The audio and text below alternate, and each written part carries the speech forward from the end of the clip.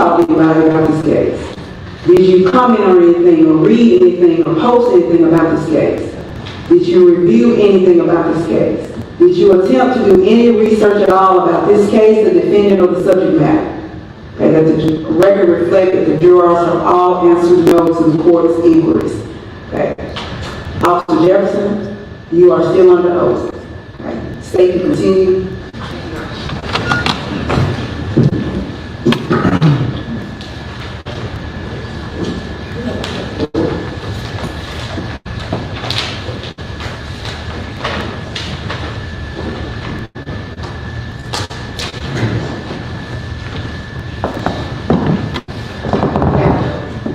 Good afternoon.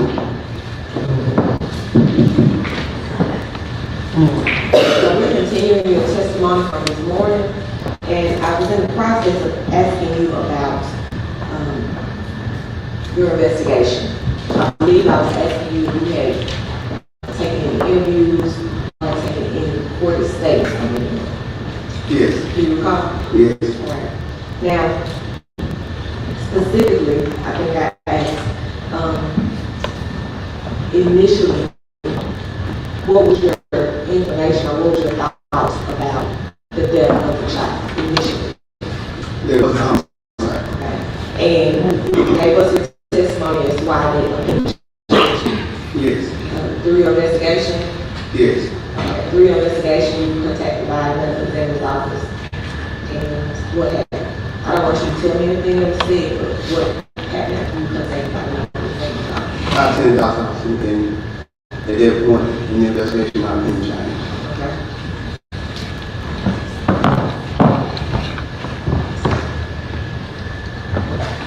Now, after that happened, what, if anything, did you do next? Next thing I did was left the medical exam office, came back to my office and proceeded to contact the judge to tell her what was going on. And this was just what you was doing. It was. And this time, had you already or had you not taken a statement to kill Bevilys? I already taken the first statement. Was she a suspect in this one? No first statement. So after you contacted Justice Court Judge, what did you do? Why did you contact Justice Court Judge? Tell her what to find for at the autopsy and to see if she would sign the warrant to kill Bevilys. And then what happened? She said she would, but at that point, What was the next step in your investigation? next step of my investigation was I was unable to get the warrant done due to my superior telling me not to do it at that time. They wanted to interview everybody that came in contact with Bevilys. Okay. So at that point, we started interviewing everybody that came in contact with Bevilys, and everybody was interviewed. All right. By everybody, let's go through this.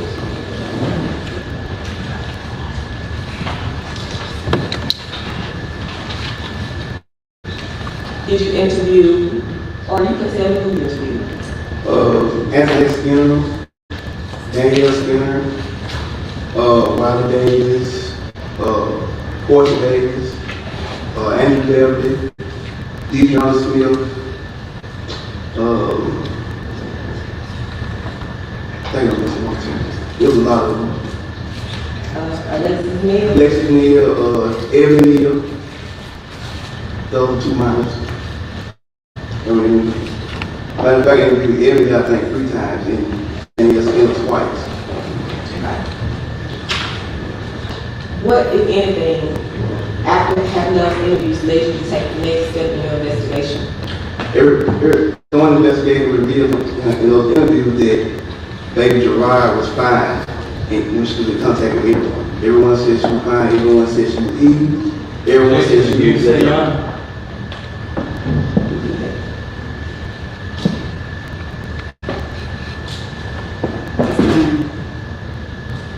So during the course of your investigation, without telling me what anybody said, were you able to ascertain whether or not Jurayah Smith, 14-month-old child, was fine during her contacting the last question with Anthony Skinner? Yes. Objection. That's hearsay and has to pray for opinion. Overruled. Officer testified about his steps and furtherance of his investigation. Alright. And you said you also interviewed Danielle Skinner. Yes. During the course of your investigation, And during that interview, were you able to ascertain from Danielle whether or not, excuse me, that Jurayah was fine? Yes. What about Dwight Davis? Yes. The baby was fine? Yes. Under your investigation and during your interview with Dwight Davis? Yes. That's what you were able to ascertain? Yes. All right, tell me about, Jurayah Smith. Were you able to ascertain throughout your investigation while Jurayah was in custody of Jurayah Smith, whether she was fine or not? She was fine. And when you continued your investigation and you conducted an interview with Alexis Neal, Yes. I'm sorry, when you conducted your interview with Alexis Neal, were you able to ascertain whether or not that Jurayah was fine or not? She was fine. What about your interview and throughout the course of your investigation and interview with Bevily Smith, were you able to ascertain from Bevily whether or not that was fine? Yes. And Yes. And we have objection here saying all. This is a continuing objection. Yes, Your Honor. It's noted for the record. you were able to continue your investigation, the further interviews other than the one I just mentioned here. Yes. And did you interview one of Riley Davis? Yes. Throughout your investigation, were you able to ascertain while investigating and while interviewing Riley Davis whether or not that Jurayah was fine at the time he witnessed her? Yes. And what was their observation? She was fine. Right. What about Andrew Bevily? Did you interview him? I did. And throughout your investigation, when you interviewed Mr. Andrew Bevily, were you able to ascertain whether or not there was anything wrong with Jurayah while he viewed her? She was fine. Right.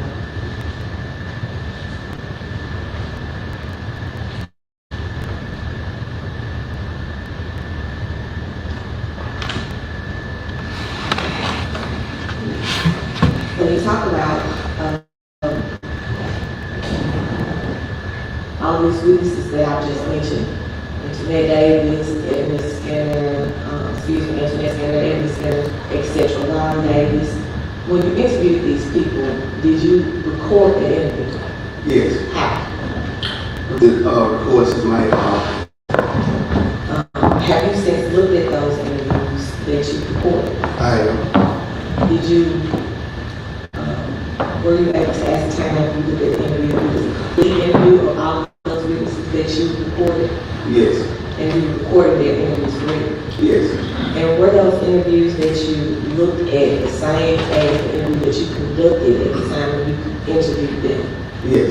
And are those interviews true and accurate copies or true and accurate depictions of the interviews that you took on? Yes. So did you take an interview or recorded statement from to give them? I did. How many? 2. Were you able to look at those statements? Yes. And were you able to ascertain whether or not they were complete as it relates to whatever was required by the court to be redacted? Yes. Other than the redactions that were required by the court, are they full and complete interviews? Yes. Alright. Or were you able to look at both of those interviews? Yes. And they're true and accurate depictions of your interview that you took them with the killer? Yes. Alright. Be sure to come up with sweet.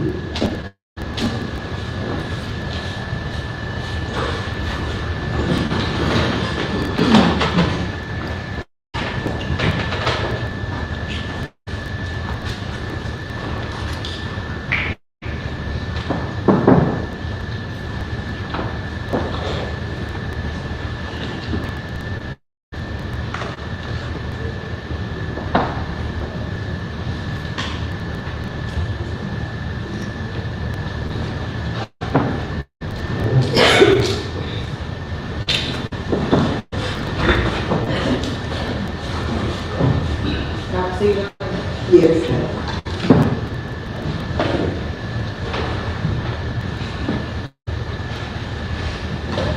I want to move on past recorded statements. Did you collect any other video or surveillance? From the hospital. That's a yes? Yes. Right. And where did you collect it from? The hospital. What hospital? Right now it's called Mary Hill, Vicksburg, Mississippi. What was it called at the time? River Region. Okay.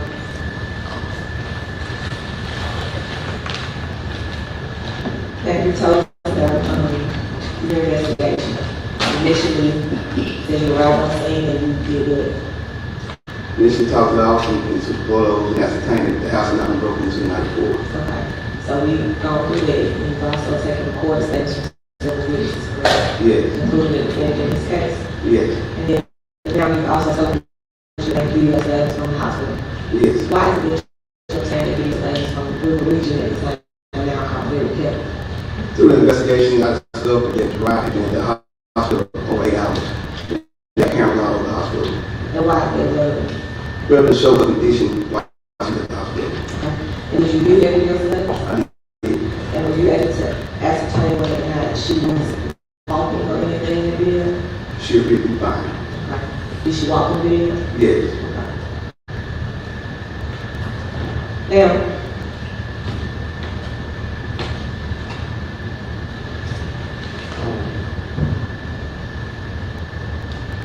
you initially said that, or you said initially you had not suspect. Correct. Why is that? I had no signs of injuries, no forced injuries, none of that. My initial was out. You also testified that they changed after consulting with medical examiner. Yes. All right, and so you went on to say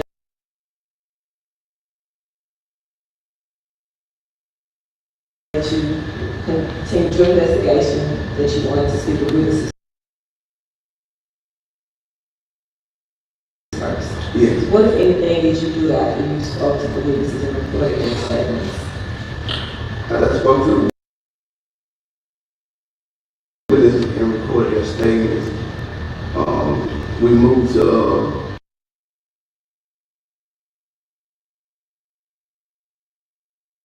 wait on the autopsy. We found the autopsy. What do you mean you moved to?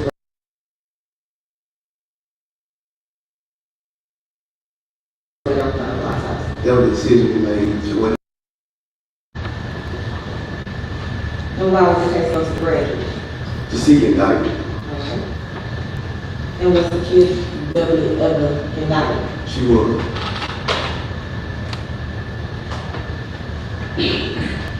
Going to the house, there was no forced entry at the house. No windows, doors broken, nothing like that. She was interviewed 2 times. During the course of both interviews, the story did not remain the same. She showed absolutely no remorse for speaking about Ryan.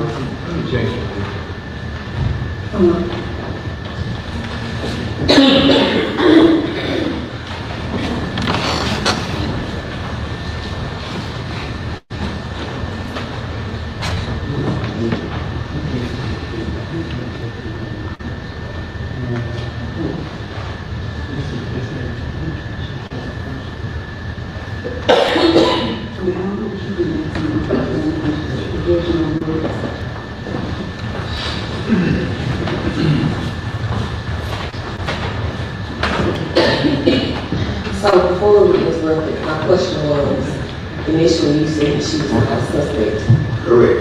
and then your opinion changed, and you developed her as a suspect. Correct. My question was, what evidence supported you developing this kid Beverly as a suspect?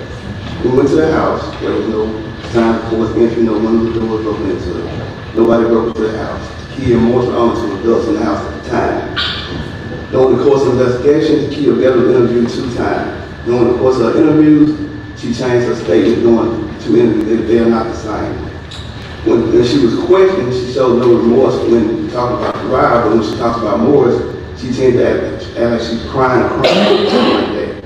But she showed absolutely no remorse when it comes to Jurayah Smith. During the course of the investigation, I interviewed numerous people that came in contact with Jurayah Smith. Everyone stated she was fine. She was a baby.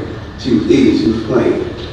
During the course of the investigation, I discovered at the crime lab that the energy she sustained, she could not be talking, playing, eating. Jason, you saying? You never went back to, Sir, we kept hearsay and offering medical. again, objection overruled, the officer be testified as successfully in of his investigation. Would you say that last point again? During the course of the investigation, while at the crime lab, I discovered that I learned that she cannot be eating, playing, talking, walking, doing none of that. I obtained video surveillance from the hospital. Stop you right there. You said she could not be eating, talking, playing, or none of that. None of that type of stuff. She couldn't do that if what? If she sustained injury that they discovered at the autopsy. Okay. I also obtained video evidence from the hospital that shows her being a baby, being normal. That's what the video appeared to show. She was in custody of Morrison to kill around 12 o'clock noon today, a lot larger time frame than just when they left the hospital. She was around people at the hospital, but she leaves the hospital on video with them. The kid's own admission, when she interviewed that baby is fine. That's what she referred to her as that baby. That baby is fine. Well, nothing wrong with that baby. She said that over and over and over. She was asked was the baby, anything happened on the ride home? She said no. The baby was fine. Nothing happened in the car. Nothing took place. When they got home, everything was right. No, that baby was fine. So that's why she was developed as a suspect. She had motive opportunity. She was in the house with her husband. Nobody broke in the house. There were only 2 adults in the house. Sometime between them leaving the hospital and 5 o'clock in the morning, the baby sustained massive head injuries, and that's when the girl died. Okay. So why's the kid Bevilys and not Marshall? Which we object to medical testimony. I want to allow the officer to testify if he can about his investigation. So why why's the kid Bevilys and not Marshall? To kill own statements are when she's interviewed that Morris was asleep. She was the last one up with the baby, that Morris was asleep. He couldn't have got up in the night because if he gets up, she would know it. She's the one that got up to go get the juice or whatever, some kind of juice or something every morning. She was the one that initially discovered the baby. During her interview, she also makes a reference to the baby was heavy, which means at some point she had to pick her up. She never dialed 911. She never does CPR, and she's supposed to be a nurse. She does nothing but call her husband.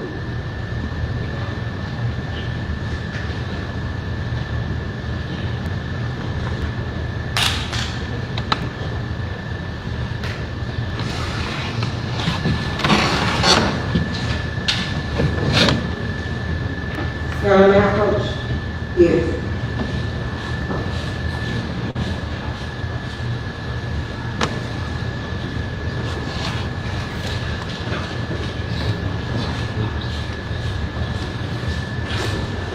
I've presented you what's been received as evidence that states Exhibit 10. What is that a copy of? It's a surveillance video from the hospital. All right.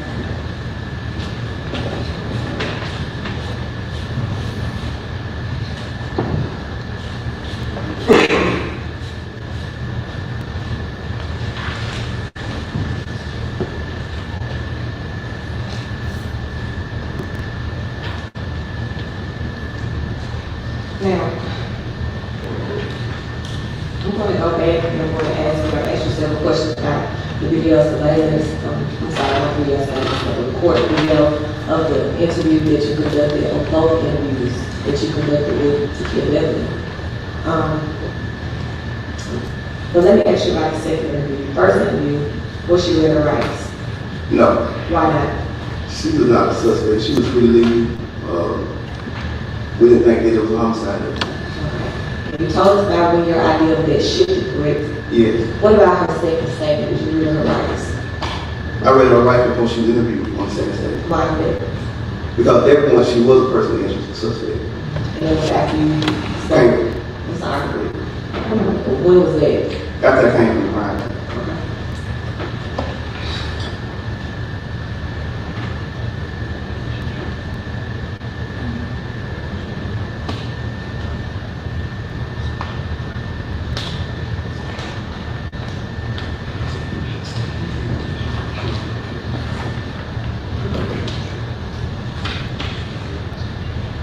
Investigator Jefferson, when she went to, and you called it the crime lab medical examiner's office, they're in the same building, right? Yes, I think the state medical examiner's office and the crime lab, they're all under the same umbrella. yes. So when you went to the crime lab or medical examiner's office, what, if anything, did you do? I viewed the autopsy. Do you do autopsy? Yeah, I was present for one hour. So this will be while, at that time, the medical examiner, state medical examiners, also the state medical examiner, and have to be Dr. Mark Bevily. Yes, Was there a way to review it? I was present when he was doing it. Do you remember approximately how long the autopsy took? I know over an hour. Do you remember how long it took us to get an autopsy report? It was over a year. So do you know why? State Mississippi was backed up. They were short on medical exams and they was getting a big load of bodies at the time.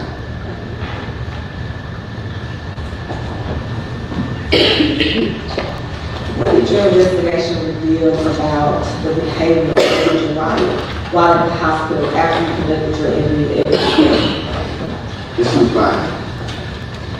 What do you mean by that? She was a lady. She was normal. She was Jurayah. What did your investigation reveal about the behavior of Lady Jurayah after conducting your interview Alexis Hill? She was fine. She Jurayah. Acting normal. Acting normal. What did your investigation reveal about the behavior of Lady Jurayah while at the hospital when you conducted your interview with Destiny Neal?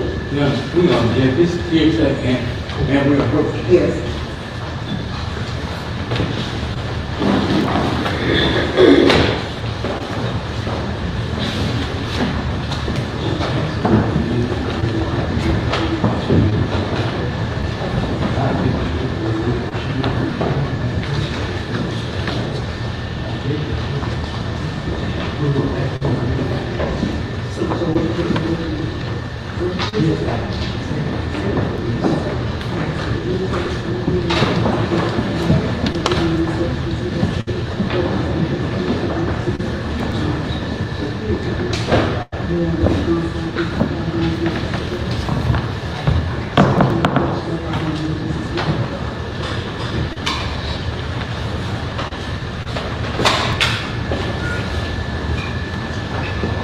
And the person that you believe as a suspect, who is she?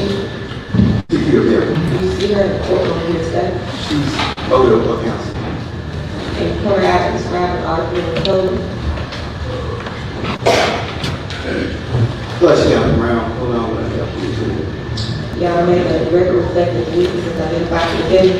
The record will reflect that Investigator Jefferson has identified the killer Bevilys. Have a closer look.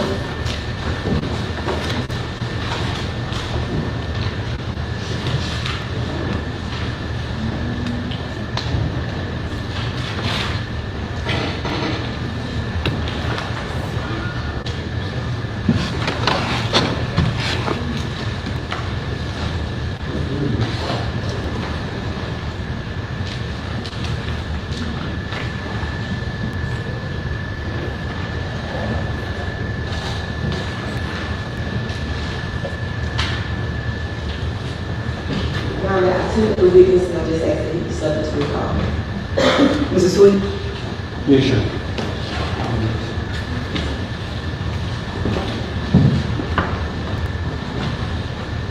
We're gonna start out with, the kid Beverly was cooperating, wasn't she? Yes, she was.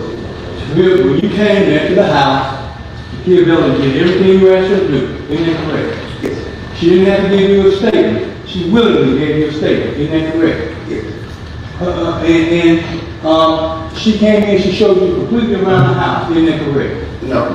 Okay, well, let me ask you, I want to ask you this question. You said that this, what the baby stayed was closet? Yes. Okay, now, when you do your report, it's important for you to document things that you see, isn't it correct? Yes. When you come to the crime scene, you document the report, correct? Yes. And it's important for you to describe the things that you see, correct? Yes. And you did a complete crime scene investigation, isn't that correct? Not crime scene. Investigation, your investigation. Okay, and you described it in the where the baby was, isn't that correct? Yes. Okay, never in here did you ever describe that there was a closet, isn't that correct? That's possible. It's not possible. I don't have a report for you.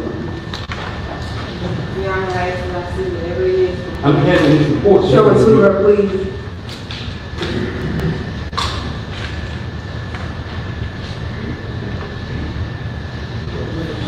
I'm show his report, but he never said it was a closet.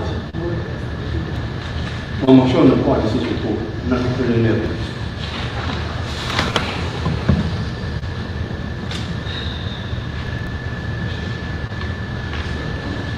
When you did your investigation, you do a complete report of your findings and everything you determined. Isn't that correct? Yes. Because you're an investigator, correct? Yes. You were investigating in search, correct? Yes. You investigated with Vicksburg Police Department, correct? Yes. And you investigated with Port Gibson, correct? Yes. And you're trained to document, correct? Yes. Okay, where did you document it was a closet? When we don't report, No, I want you to tell me where you documented it was a closet. how about the report? Okay, look at it. Just show me the part where it says it's a closet.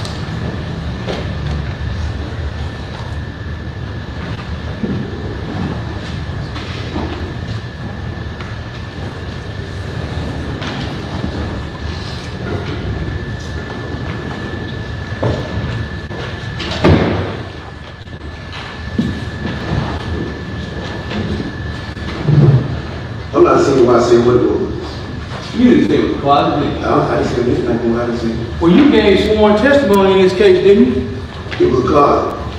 Didn't you give sworn testimony in this case? Yes. And then you gave your sworn testimony, didn't you refer to it as a bedroom? That's possible. Didn't you refer to it as a bedroom? It's possible. But it Let's was yes or it. no.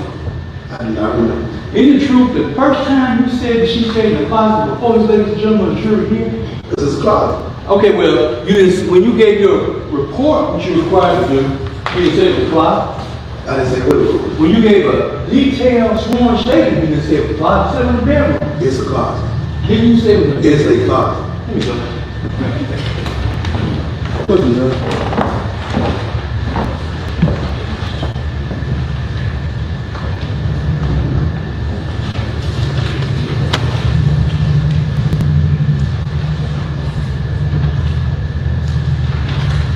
I'm going to ask you another question while you're trying to replace it for us. You're fine. I want to ask you this question. You said that after you got through with your investigation, you turned it over to the grand jury, correct? We waited for the final outcome to turn over the grand jury. Didn't you try to get a warrant? I did. And Frank Davis was the sheriff here, right? That's correct. He told you don't issue a warrant, right? That's correct. And he told you don't issue a warrant because you had no evidence That's not that correct. she... That's not correct. All right, let's allow each other to finish questions and answers.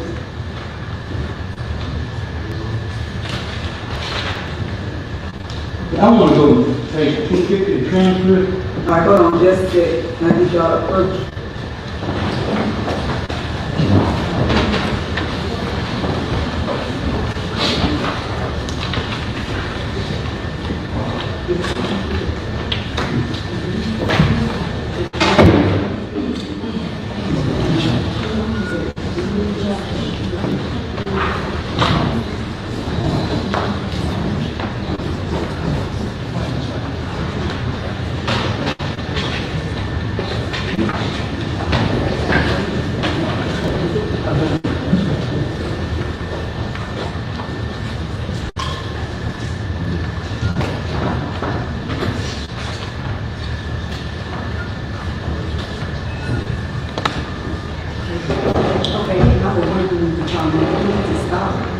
You know what, everybody's saying, I'm saying, please stop. Sit down. You can't be going to sit down.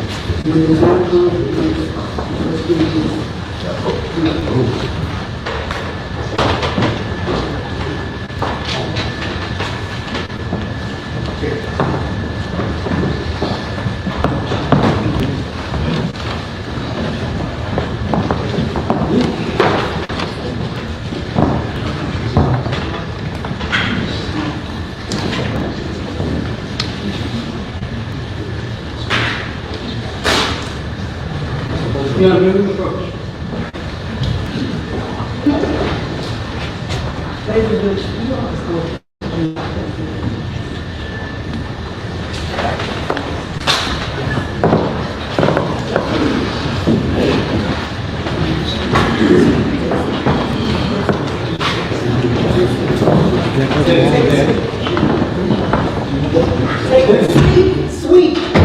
One more time. Mr. Sweet, you can't control your team. You want to be the team.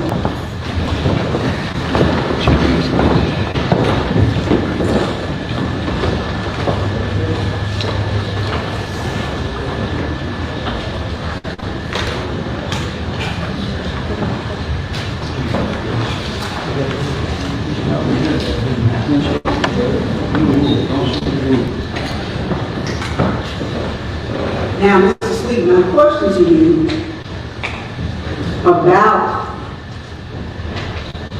the first transcript is number one. You all agreed that we were not going to bring into this in the jury's presence anything about the first trial. And I understand what you're trying to do. My question to you, and I didn't get an answer from, is how are you going to elicit or get this information from the jury without them thinking, where did this first statement come from? Because you have already stated, you all agreed, we're not going to bring this up in front of the jury about a new trial. So, now I understand what you're trying to do with a prior statement. That's not the issue. The issue that this court has is trying to reconcile how you're going to answer in this jury's mind, who doesn't know anything about a first trial, that you all agreed that you wasn't going to bring up anything about a first trial, that this officer has made a sworn statement that you want to attempt to impeach him on. Where does that sworn statement come from? May I have the moment to tell the logic of what I'm doing? I understand what you're doing. No, I mean why I'm doing it. I understand why you're doing it. No, you don't. Yes, I do. The first time. No, listen to listen, Ms. Sweet, I don't need you to understand. I know why you're doing it. You're trying to impeach him on something he said the last time that he's not saying this No, time. I mean about why I moved to keep out the issue of the first trial. No, that's the whole other issue. No, that's Let's not, go that's there. to protect her rights. So I don't need to know that. Mr. Sweet, Mr. Sweet. We are not talking about that at all. I know we're here for a whole new trial. So it doesn't even matter about the first trial. We're here on a whole new trial. So that's not why I'm asking you the question. Okay, my question is very simple to you. How are you going to reconcile in these jurors' mind where this first sworn statement came from when they have no knowledge, through these proceedings at least, that there was a first trial? It could come from a number of places. All that's relevant is sworn testimony. Now, the issue we filed about, in the criminal trial, the defendants had rights, and we're supposed to be protecting her rights to get a fair trial. Mr. Sweet, we're not arguing. Mr. Sweet, we're not arguing. So you gave me your answer. Thank you. You gave me the answer. You gave me your answer as to where it can come from. Mr. Shorter, do you have a response? Yes, sir. May I miss the rule? No.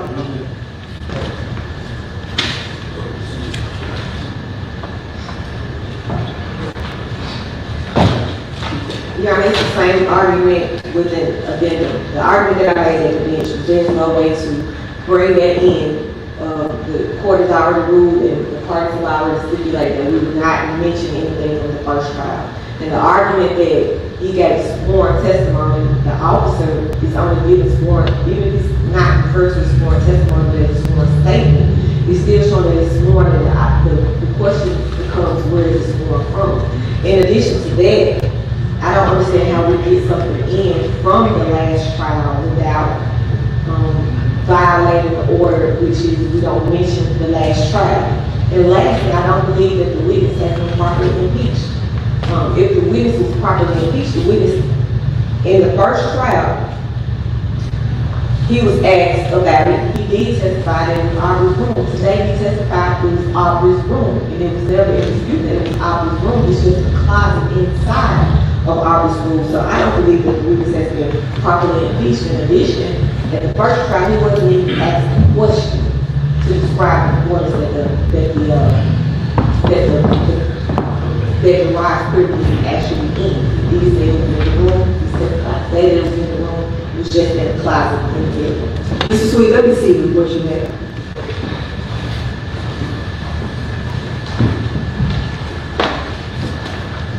I need to see the transcript that you have.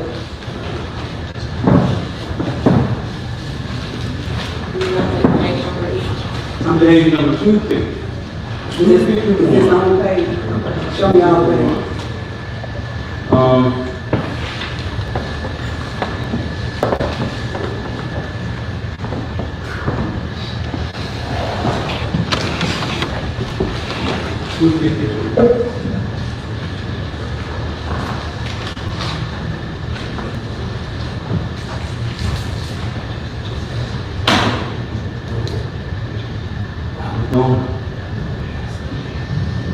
I did do it.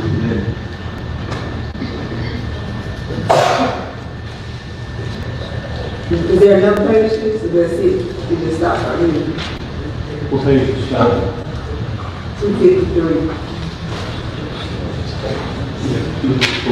I believe there's some other pages too, I just don't use these. I'm thinking regarding this. I mean, there's some other pages regarding stuff, I was gonna teach you those if I got the chance to set it up, but I would stop before I would.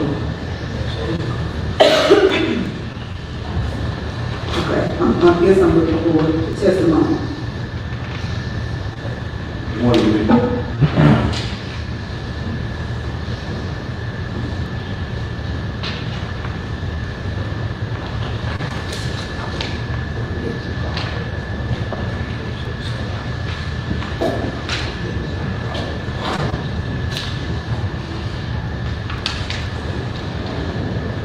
I'll put the transcript of the record. Your Honor, after the jury's gone, and I set up I had other areas to teach him the transcript. Can I see all that? Let me see every area I'm talking about. I have to go back and stop and go through all my transcripts and how to do it. I was cross-examining my side of the jury to see if I could set it up. I don't know what it's going to be and what it's not going to be. I spent a lot of time going through the transcript and picking out pieces of things that are important. That's what I usually do. Do you have it already noted? Somebody does this, but I don't. I prefer not to do that. I prefer not. It's a No, statement. I'm not giving you my transcript process. I'm entitled to teaching me pieces, of course, if I can, I move on. Well, I'll make the transcript on the record, record the incident, I can't use it for any purpose, that's fine. well, this week, the court was reconsidering that, but if you want to move on, we can do that. That's why I wanted to see what you were going to possibly give him. But if you want to move on, I have no problem not reconsidering. I'm not trying to be, okay, I'm trying to be cross-examination. So- I'm trying to be smart. So, You're asking me all the questions I want to ask on cross, I can't tell you that, I was going to question the witness. I'm not asking you, I'm just asking to see the highlighted portions. But apparently you don't have the highlighted. This is, we can do that. This is what I mentioned, Patty, but it's.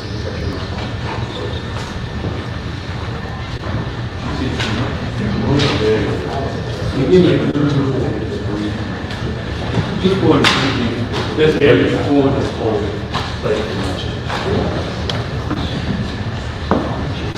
So this is his entire statement. This is Okay, not. that's okay. I just want to see, that's fine, that's okay. All right, so this is what we're, I want you to see the redacted part, so that you said you were going to try to get wrong. But you know what, I don't have to do this, move on. What we're going to do is, we'll see how your questions go and how they unfold, and they can make their objections and how they on each question.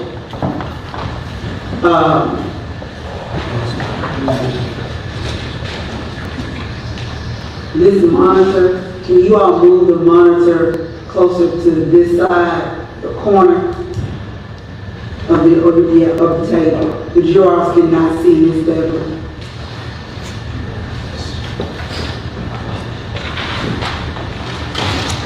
Can you move? No, not this stuff. Okay, you all need to change chairs.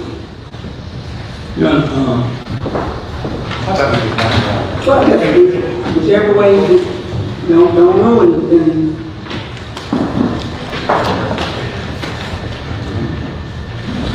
All right, but when you all get ready to post and finish, then you don't need that. This way.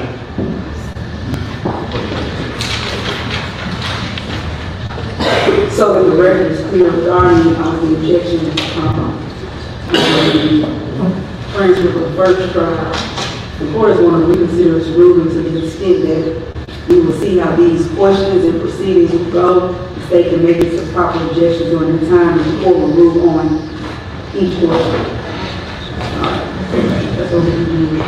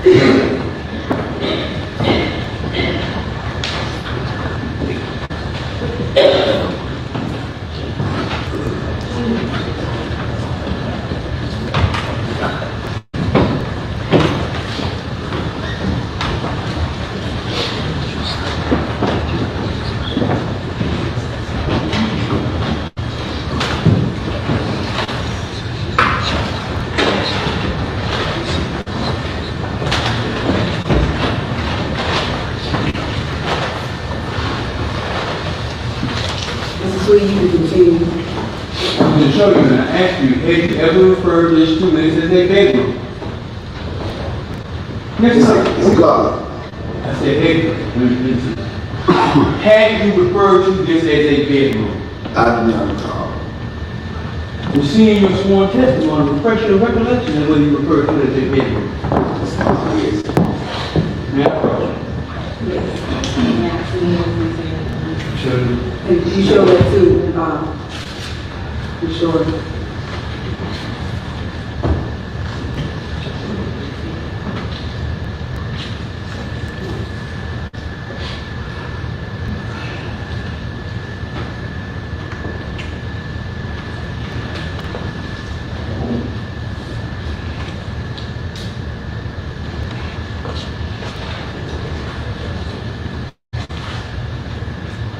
So you your previous statement.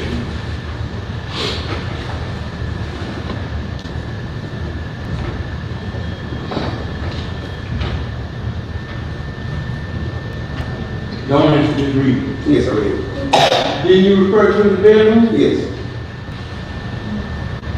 And the first time you ever referred to as the father was him reporting to you today. This is a clock. Okay, I said, but when you did your statement, you referred to the bedroom. When you gave sworn testimony, you referred to the bedroom, correct? I did. Let's just go through it.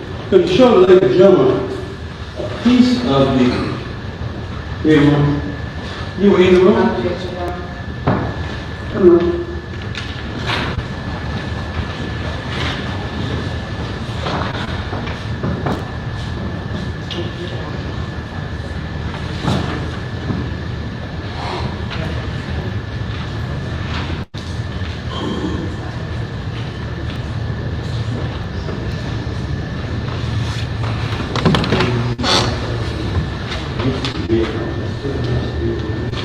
You can show me these already in my experience.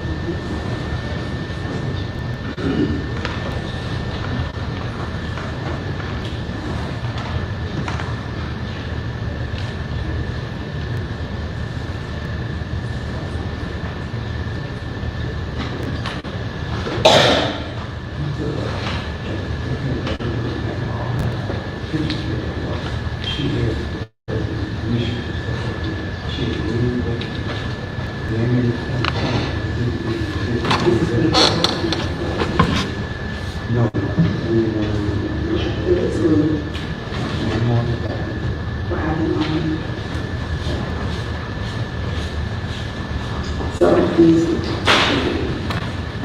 the people that's considered by the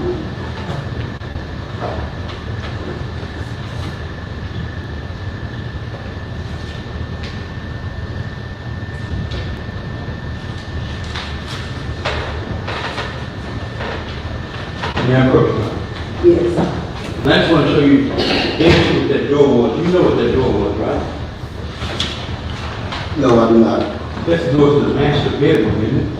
I don't know what it is. Were you in the house that night? Yes. Are you the investigating officer? I don't know what it is. Are you the investigating I officer? am. So you make detail of what you see, schematics and all that. I wasn't paying attention to a door. Okay. It stands behind what the officer was, doesn't it? I don't know what it is. So you took a mighty low shot at this door. Why didn't I took- you mentioned the ladies and gentlemen jury above the other crib with the name of that lady, right? Aubrey, way up high. Yes. Did you take a photograph way up high where the name was, whether the name above this one? I don't recall the name. I'm taking a picture of Jurayah in the crib, not the wall. Okay, well my point is, when you showed it to the ladies and gentlemen jury, you all showed this picture with the name up here, and you took it high there, right? Yes. And when you showed this picture, you took it low, and it doesn't tell whether the name of that child's up there or not, does it? Jurayah not lying now. She's laying low. I'm not saying she laying there. Who's laying here? Nobody. Okay, but you took a picture with the name Aubrey, and you made a point to tell the jury the crib was there with the name Aubrey above it, and this crib was here with nothing above it. That's not true, is it? That's not the point of the picture. Objection, Your Honor, to this characterization of the testimony. So just tell ladies and gentlemen of the jury, though, that's not accurate. They think if you let them believe that where the name or initial was above this picture. That's an accurate picture what I took. All right. You've been trained, correct? Yes. You trained in the military? Yes. And what were you trained in the military at? Military police. All right, were you trained about investigation? Not in the military. You would have been any trained about investigation? No, I started investigations in the sheriff's department. You received training in investigation in the sheriff's department? Yes. Where did you receive your training? I was trained by a senior officer first. All right, and then you did substance training. I went to criminal investigation school from Pittsburgh Police Okay, where's the criminal investigation school? in Malota. All right, Malota, where's that? Mississippi State Academy. Okay, so you went to academy to be an investigator, correct? Yes, All right, they taught you a few things about criminal investigation, correct? yes, They taught you one important documentation too, correct? yes, You need to document the crime scene, correct? yes, So that if you come to court like we're here, you have documentation of exactly how it looked to tell the ladies and gentlemen of the jury, correct? yes, And you have tools also, don't you? yes, And those tools you have fingerprint tools, correct? yes, They teach you about going on the fingernails, getting DNA, yes, correct? yes, They tell you about going to see what the impressions on the child, what the impressions on the dead body, whether somebody hit them or whatever, correct? what you mean by impression? Like a child was hit, something happened, or a person was hit, you look to document the injury, correct? I would take pictures of the injuries. Pieces of the injury? Pictures. Pictures, or in your report, when you write, it talks about documentation, correct? I don't write everything in a picture. I'm right? just young, asking that. They teach you about documentation, correct? I don't write everything in a picture in my report. Okay, you write this report. That's right. That's the purpose of the picture. Right. To show you. And you write this report, correct? This is taken to a certain extent. The pictures show exactly what I saw. Okay. So if there's blood evidence, you take pictures of the blood evidence, or you document the blood evidence, correct? I would take pictures of the blood evidence. If there was injury to the person you say did harm, you would document that injury to the person who did harm with. Yes, I would take pictures of those injuries. So you take pictures and document it, correct? I would take pictures of them. If there was any evidence around showing the struggle, pictures of the struggle, you would document that, I right? would take pictures of them. You take pictures of it. Yes. All right? And you were experts in this case, correct? What do you mean by this? There were experts hired by the state in this case to provide information for? Yes, yes. Okay. So, this is going on.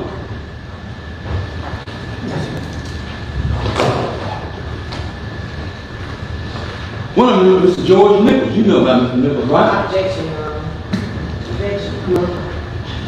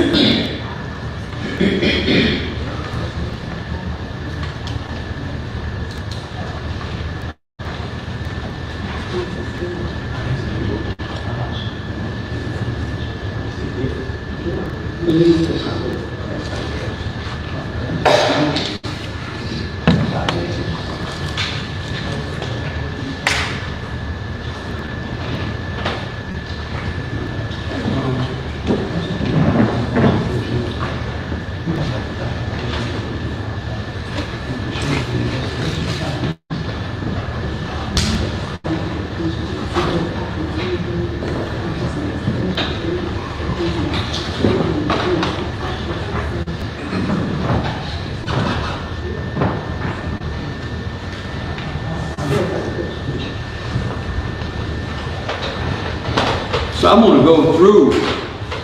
You understand the importance of pathology, right? Yes. You understand the importance of giving him information that's documented, correct? Only thing with pathology is my online facts and circumstance. That's it. Right. But he provides no information. Photographs of how you found the child, documentation. Pathologist will rely on now. False speculation. Would you agree with me that It's a stain, move on. there were no signs of a struggle or any Objection, Your Honor. It's a stain. I'm asking this question. You need to clarify what you're I asking have about. objections to make outside the presence of the jury. Move on.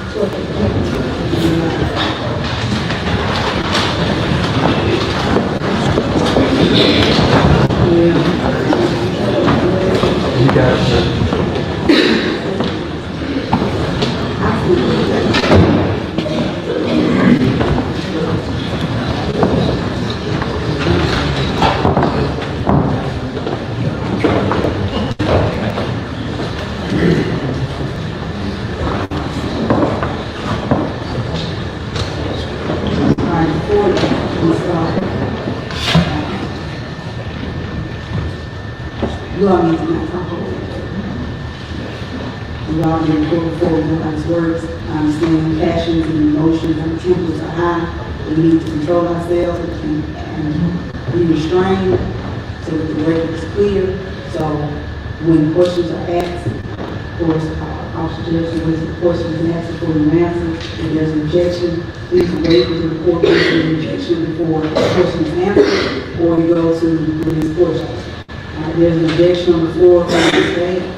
Yes, Your Honor, we just went to the bench about this very issue of George Mills. The state has made regularly at the bench that this witness is not providing information to George Mills, that George Mills was trained by the state to act as an pathologist when Dr. Brown was out, and that he would have no dealings with George Mills at all, that anything that was provided to George Mills would have been provided by the state. At that time, Your Honor made a ruling. Mr. Sweet said it's the same. The question was asked some kind of way, or whether the medical to provide him. And I made the statement for clarification that he's saying, that Mr. Sweet was saying that the officer provided something to George Nichols, which is what I cleared up at the statement. And Mr. Sweet went on at that time to still question. I objected specifically to any questions about George Nichols. George Nichols is not here. He's not the pathologist that's going to be testifying. He's in fact retired. And I made a specific objection about questioning his witness with anything to do with George Nichols. He went on after the court ruled and still did the exact same thing, Your Honor. So this time the state will actually be able to continue to violate the state to violate the court. Never heard you? I did not. Never. Mrs. Sweet, that's how it works. When she finishes, you're going to be hurt. I promise you. You're going to be heard more than anybody. You will be hurt. All right, so go on and state your words. I didn't murder Judge Nichols. I asked a question. If you go back and you look, I asked, there were no signs of a struggle or evidence. I didn't say George Nichols. I just asked the question. I can move on to the question, man. I'm just asking him whether there's signs or not. I think the concern is, and the court ruling was, is for you to clarify which pathologist you're talking about. None. And you didn't do that. I was asking pathologists in general. I won't even screw with pathologist. I was asking him that fact. Were there signs of this? My next question was, there were no signs of that. My next question, there are no signs of this. I'm not referring to a pathologist. I'm just asking him those questions. But your disclaimer is, or what you say in reference to those questions is not a pathologist report. Are you now asking him from his investigation? Yes, that's what I asked. Okay, so that's why I told you at the bench, just clarify your question. But John, if they listened, they would have seen the court said, don't mention George Nichols, and I did not. I came back up and asked a corporately proper question. I got to get argued and screamed at and pulled up here on the record. If you read the question back, my question was perfectly proper. I followed the court's ruling to a T. That's not good enough. I got to get interrupted. The jury got to get sent out. When I asked a perfectly proper question, the court said, don't mention George Nichols and don't answer about it out of the report. And I did. I asked the facts, which I'm allowed to cross-examine the witness about. But I can't do it when every time I ask a proper question, I have to explain why it's proper. I've been doing a long time, but I just say, I don't know. I can follow the court's rule, I'm gonna follow it. Hold on, thank you. Please, go back and transcript to the point. Right after the injunction.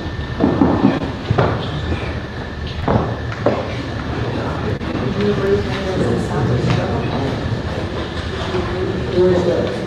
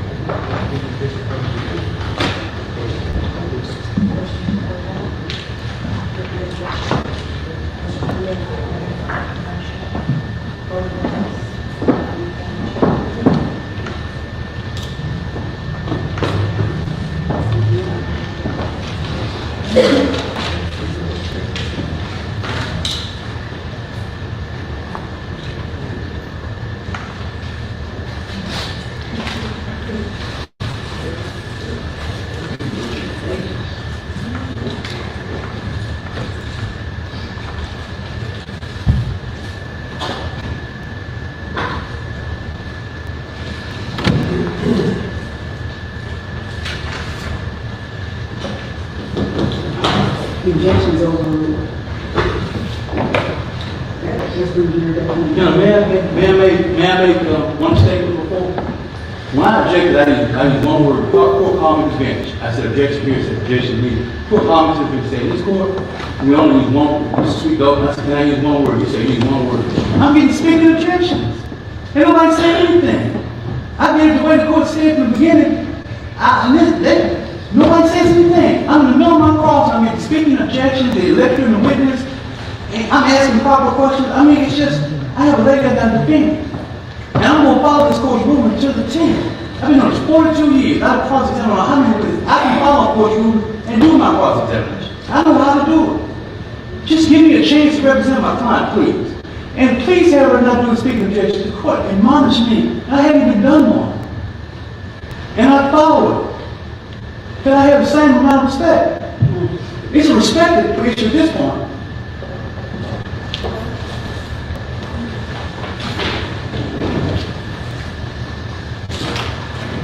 No, hold on just a second. Ms. Speaker, you're absolutely right. It's a respect issue at this point. And I have been respecting you, your counsel, as well as the state and her counsel. But it appears that there's an issue of disrespect coming from the bench. I have given you all rulings, I've given you all admonishments, I've given you all suggestions, I've given you all requests, and you all been all over the place. So I have no problem giving respect, but I seem to be the one having getting it back. When I tell you to be quiet, everybody flushes, you still want to talk. When I make a ruling, you continue to move on. I only ask for the same thing that you're asking. We're all here, we're all professionals, we all have rules, we know how these procedures work. We've all done this. No, we haven't been doing it 42 years, but I've been doing it 20, over 20, and this short is right there behind me. So we know how a courtroom procedure works. So all we're going to do is respect each other and respect the procedures. Nobody's not going to respect anybody. We want to make sure we do that. But again, in order for that to be done, let's be professionals and let's try as best as humanly possible to put all of this passion and this unfounded temperament where it belongs in this courtroom. And that's all you need to know. You said what you said. I let everybody say what they want to say for the record. But what is going to happen from here on out is when I make a ruling on something, there's not going to be anything else stated. That's it. Go get the jury.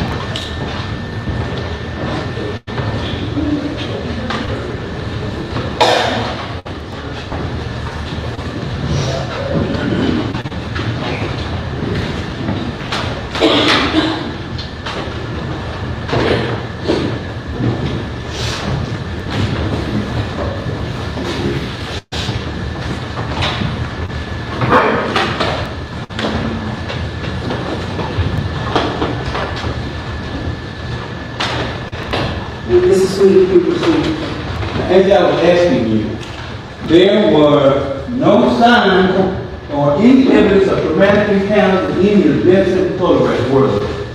No. There were no abrasions that you saw, noted, or photographed, were there? Objection, Your Honor.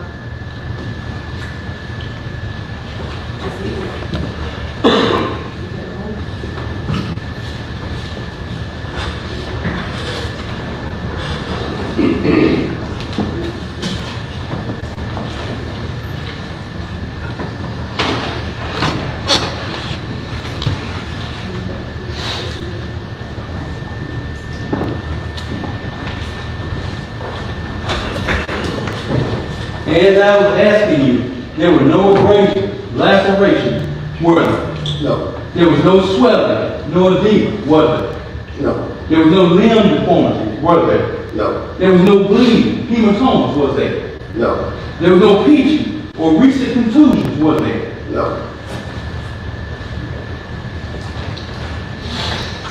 There was no evidence of any trauma to that baby. Was it? no. And it's just so we understand, ladies and gentlemen, jury. She called her my baby. And then one time he said that baby, she said, yeah, that baby. Ms. Sweet, let's only show the jury what has been put into evidence. It is it, okay, let's take it. Exhibit S7. You took a photograph of the child? Yes, There's no evidence that this lady put a hand on that child, is there? Nothing. Correct? not in the picture, no. Not in the picture, and you didn't document anywhere, did you? Picture documentation itself. Right, picture documentation in itself, correct? Correct. All right, so you have other tools that you're investigating ability, right? You have other tools available to you. Such as, You have DNA, correct? yes, I mean, if she had shaken this baby, hit this baby, done something, whatever, around the scalp, hair, you could inspect her for DNA. that has nothing to do with DNA. Okay, she was cooperative, right? Again, that has nothing to do with Was DNA. she cooperative? She was. Any test you wanted her to do, she did, correct? She was on the interview. Okay, I said that's all you asked her to do, right? That's all I asked her. You asked her to give an interview, and she gave it. And then, Yes. correct? Yes. You came back and read her rights. And she still asked her for another interview, and she gave you that too, correct? Yes. She told you she was asleep, and her husband woke up, his mother, they thought his mother was going to die, right? She said her husband woke up and asked her for something to drink. Didn't they go to the hospital because they thought his mother was going to die? What they thought was. Infringement question sustained.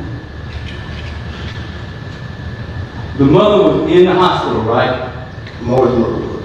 Critical condition, correct? I don't know. From your investigation and interviewing people, did you ascertain that she was in critical condition? They said she possibly was about to die.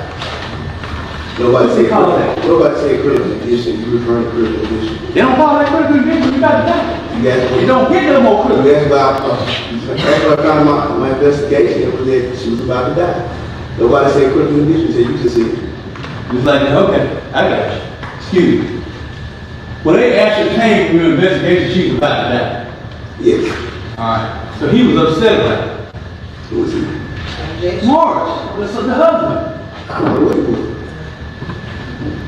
You don't think he was upset with mother don't die? I don't know what he Let me was. tell you he was upset. Objection, asking answer. Sustained, let's move on. And he told you that he was in and out of sleep, and he woke up and woke his wife up. Right? Objection, no, really. Sustained, let's move on. He asked her to get him some juice. Correct? Yes. He told you, and she told you, that they considered this a nursery to make it to the bedroom, their bedroom, correct? Yes, that's what they And said. she walked through here, from the master bedroom, through here, going to the kitchen to get coffee, correct? She never told me like that. We're going to get, I'm sorry, I misspoke, orange juice. She didn't tell me what she walked through to get juice. She said she went to get the juice. Then she said she went through a nursery and she saw the baby and checked on it. She said she went to check on the baby.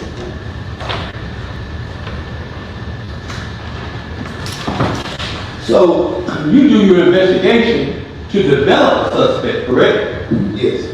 And you do a crime scene. Did you do a crime scene investigation? No, crime scene investigator. Did you call a crime scene investigator? No, because we didn't think it was a homicide at the time. Okay, you understand now that we have no evidence that she did anything, right? There's no evidence in that room that she did anything to that child, is there? Yeah, but then evidence she did something. In the room? Yeah. When we break it down. No, I want to hear about the physical evidence in the You room. got a dead baby in the room. That's it. That's what you got in the room. That's your evidence. She's deceased in the bed. Okay, so that's enough to charge her dead baby in the room. No, that's not another charge. All right, you don't have a kidnap baby, do you? You want me to break it down? Now, I'm asking you the question. Do you have her striking that child? Do I have a direct evidence that she struck a child? Yes. She's the last person in the house with her husband when the child sustained an injury. Okay, that's called circumstantial. That's what you said, you got circumstantial. I'm asking you about direct evidence, physical witness or anything to this jury that she put her hands on that child. Objection. Come on, Ms. Joy, I can see.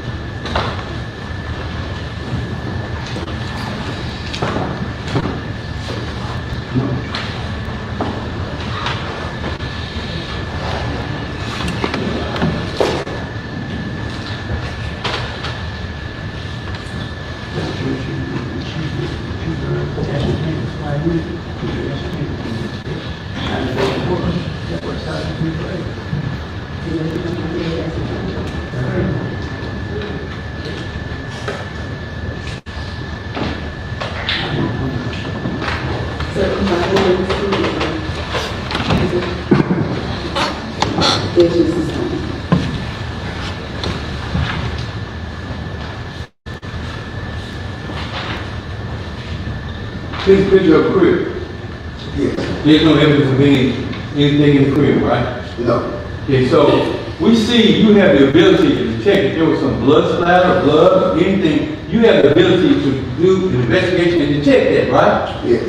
You didn't detect any type of blood in that crib. No. No. You didn't detect anything, and that's except a scratch, hit, bump, nothing on this child in that room that night, right?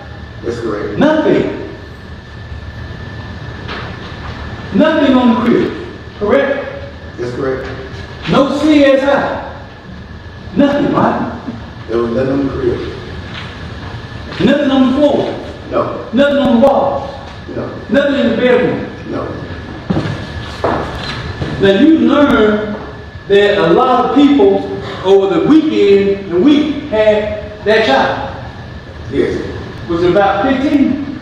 Don't think of that. It was a lot. It was a lot. All right.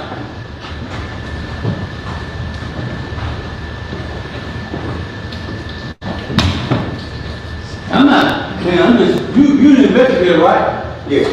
All right. She says that Jurayah came to the Skinner's house, right? Yes. With Andrew Bevilys. Yes. Did you go by Miss Skinner's house? Did I go by house? Did you go by Miss Skinner's house? She stayed there for a while that weekend. No. She was in the office. Okay, but just a day or two before she died, you didn't go by the house as part of the investigation? No. Friday morning, she gives Jurayah to Daniel Skinner, right? Yes. You didn't go by her house and look or whatever. No. Did you investigate the car she traveled in? No. Alright. Then she's taken Saturday.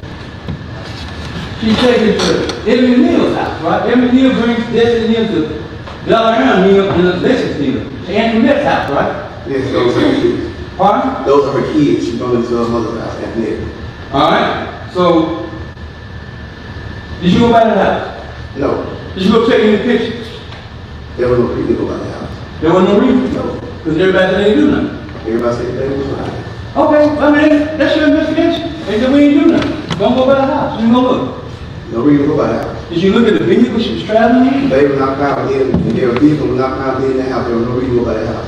Okay, so you didn't go by and check anything. There was no reason to. Did you go by the other baby was taken to, she was taken in a vehicle with Annie Jennings, Rosa Williams, April Davis, Antoinette Skinner, and Everett Neal. They had the baby. Yes. That crew had the baby. Then where did they take it? Everybody went to the hospital. All right, did you check that car out? There was no reason. All right. Then Saturday, she's over to the hospital, right? Yes. And then that's when she got told custody of her that evening, about 9, right? She got so because at 12 o'clock at night. In the hospital. No. Oh, okay. When at Sicko, At the gas station, somewhere at the gas station. and then they took him to the hospital. Then to kill Morrison to the hospital. Okay.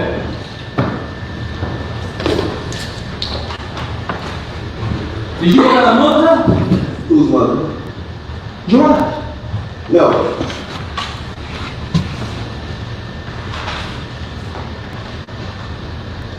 In connection with this case, you looked up any history of whether she had been hit or abused, didn't you? Yes. All right, so you went to talk to a lady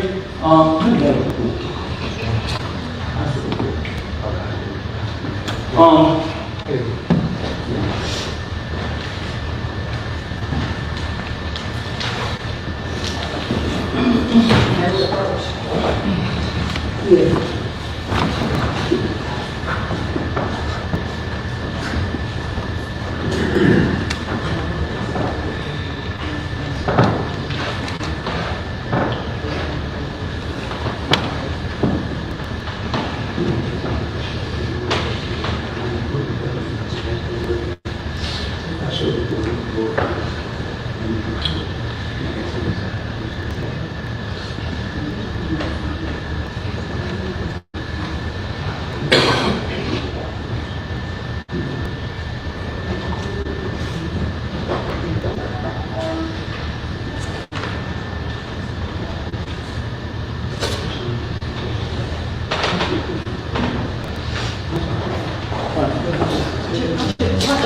I'm sorry, I thought you through.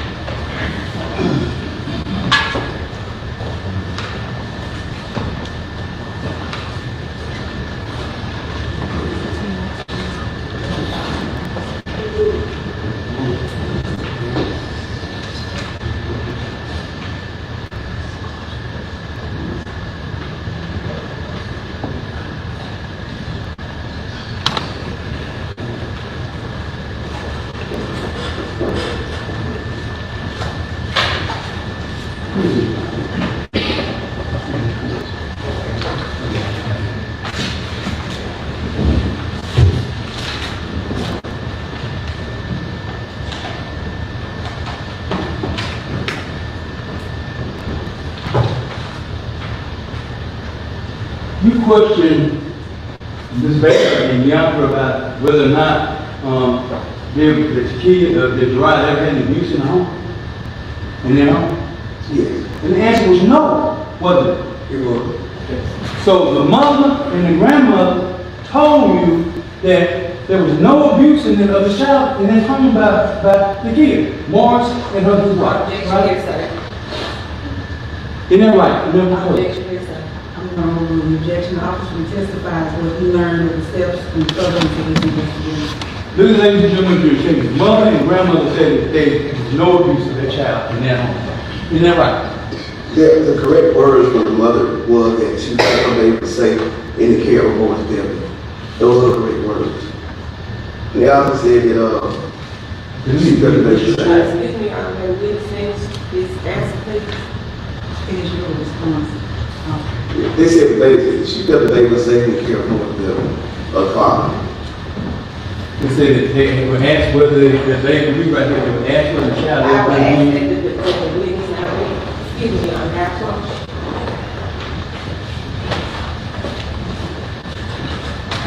I was fraud, man. They told me they done that to me. That's right. She still what she wants to say.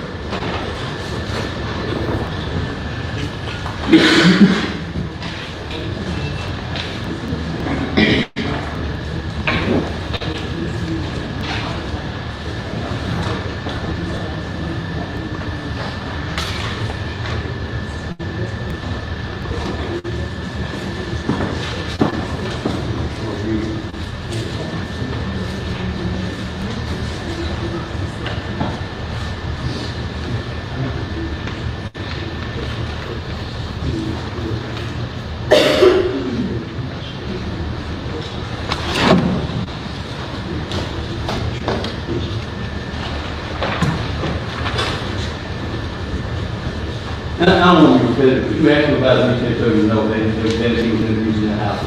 Yes.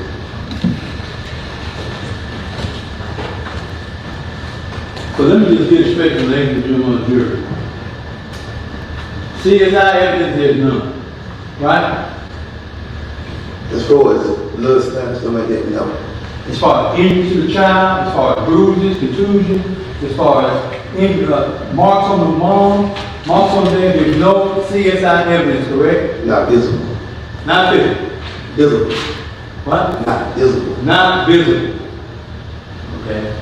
And you have the tools that is potentially there, you can be visible to, not the naked eye, but you can pick it up with these tools and investigation you learned. Yes. And you don't have any of that either. No, All right? You don't have any striking in this child. nothing visible. Nothing visible.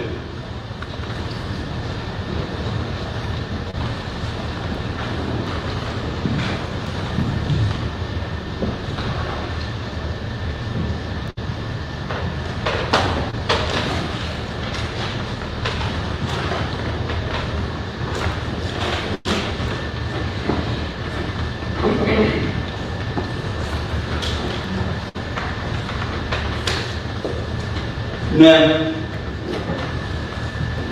when you talk to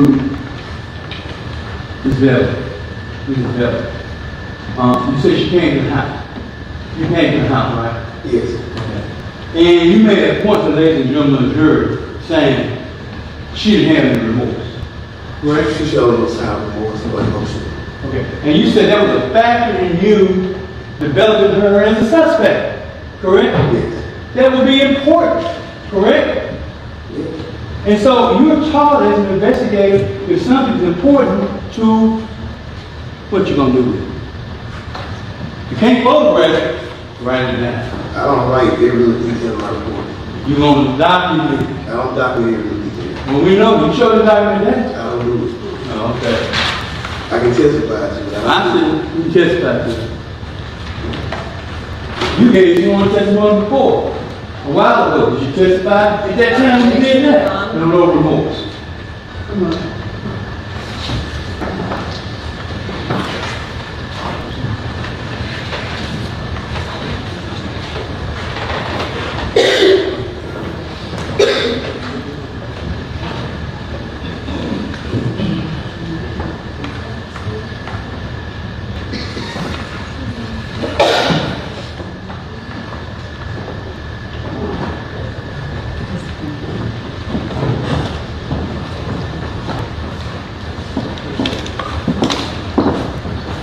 You've been an investigator, right, since it happened, years ago, right? Yes, Show me one place you ever documented you said she didn't have a voice. Show me one time you said it. It's an important factor, right?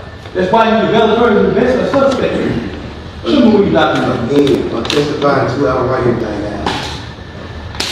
That's important. You came in here and put up and you tell ladies and gentlemen, jury, that's why you developed her as a suspect. That's what I'm telling you right now. Why would, okay, you investigate, you want to investigate if she's in, you want to protect her too, right? That's correct. So if you want to document, it helps everybody. Don't write everything down.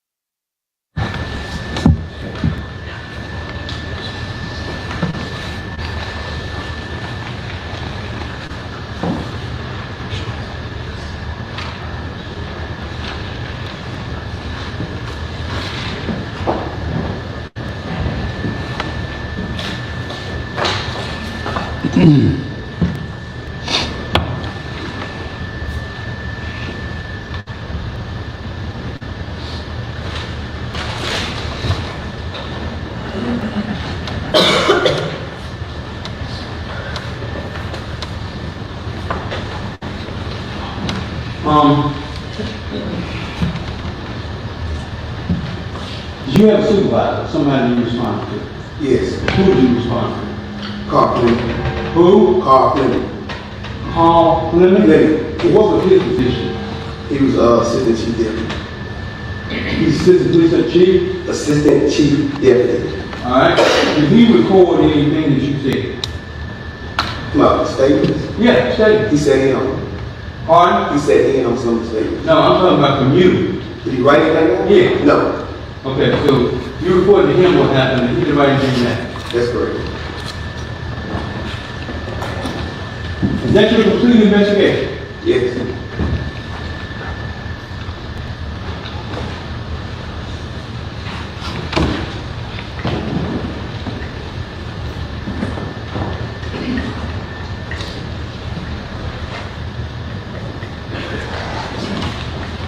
Think of that.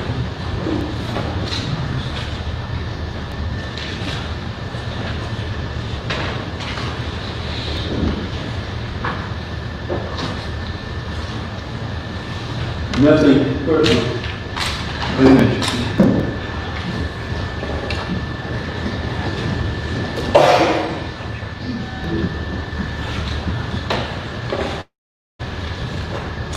Nothing personal.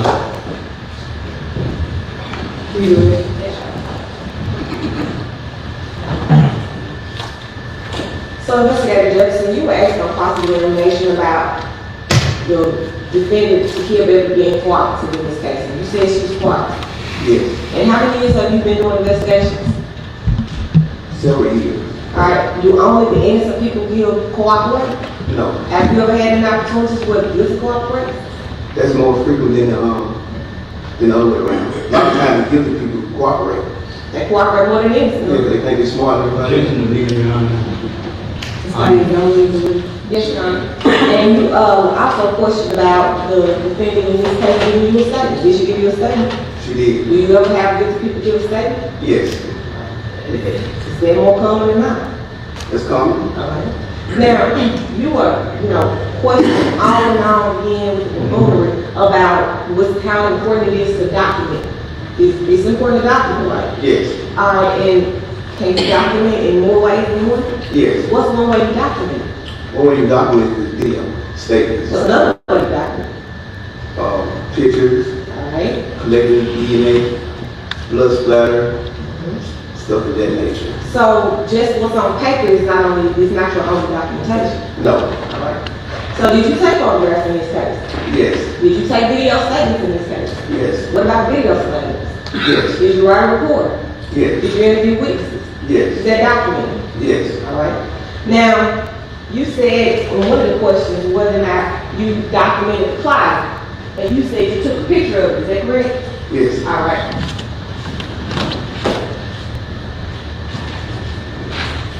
I want to show you what's been received into evidence in State's Exhibit 4, okay?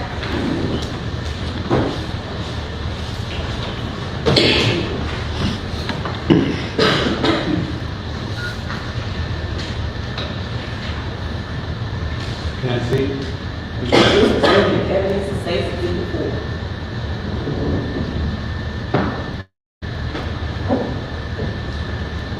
How much? Is it coming on?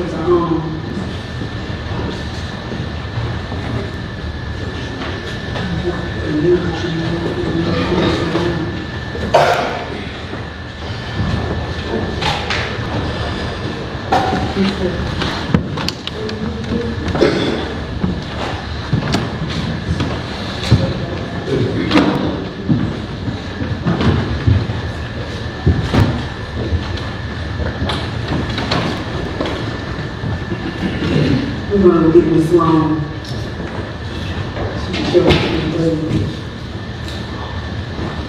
And Investigator Jefferson, while that's waiting to come up, I'll just show you State's Exhibit 4.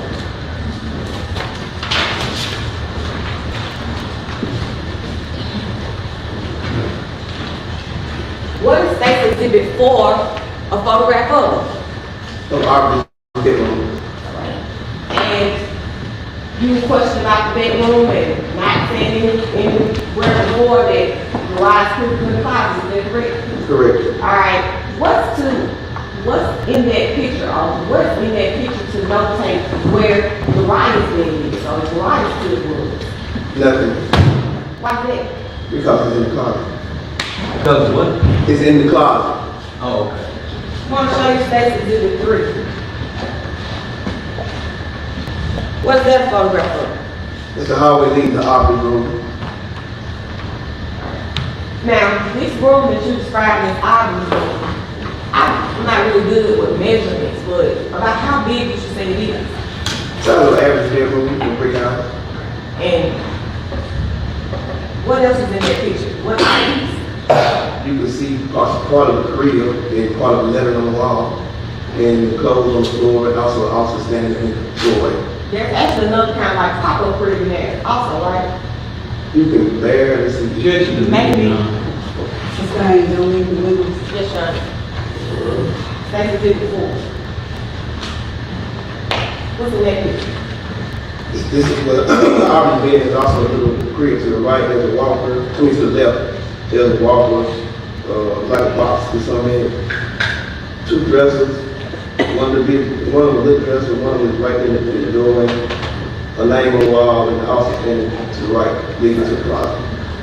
So would you or would you not say room enough for another crib in that room? Oh, there's in the room for another crib.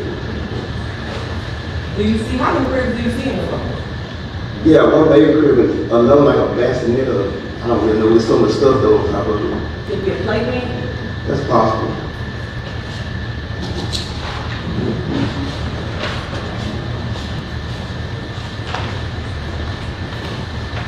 There we go. So, State's Exhibit 4. Can you see what I'm pointing at? That's Aubrey's name on the Hold wall. on, just a second. Okay, the jurors on to the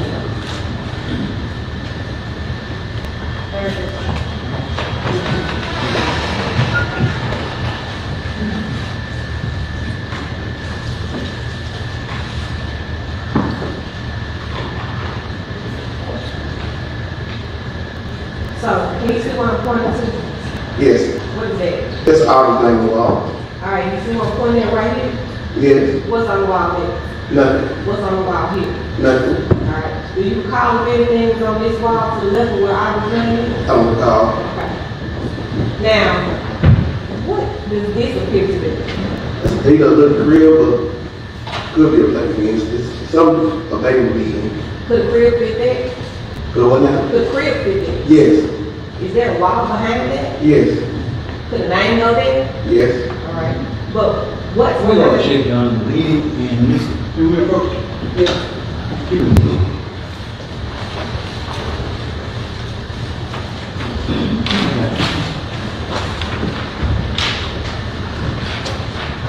Leading. They had a big and she was leading. She was leading.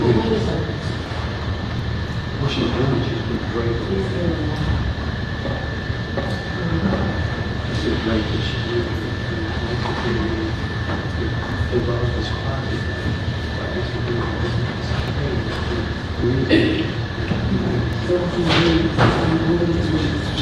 and that's not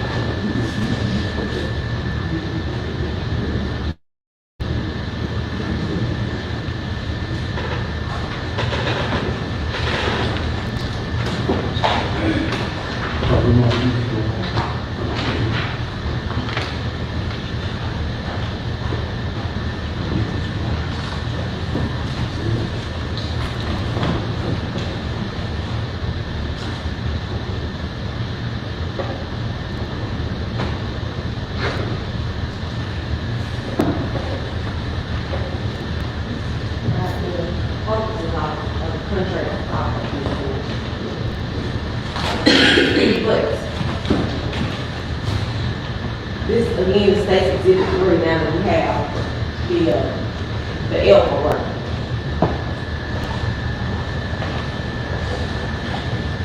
And once again, you were asked about room versus closet, right? Yes, Alright, what is this hallway? to our room. And where is Jurayah? If you can tell the jury, where is Jurayah's closet in reference to our room. To the right behind the officer. Now, why do you call it a closet? That's what it is, closet. Why didn't you refer to it? Have you been asked before of whether or not you was a closet or a room? I know, I don't think I was asked that, but I said it was a room. Why? Because when we had a bed, they could be. But it's actually a closet. And in your experience, this at life, do people sometimes use other rooms for bedrooms? Yes. Okay. So is it or is it not possible that this closet could be used? Objection to leading and answer for speculation. Is it or is it not possible that this closet was used as Jurayah's bedroom? Yes. Which one? Is it or is it not? It is.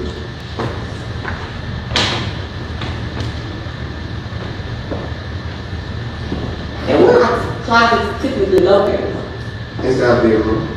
Makes sense to me. Now,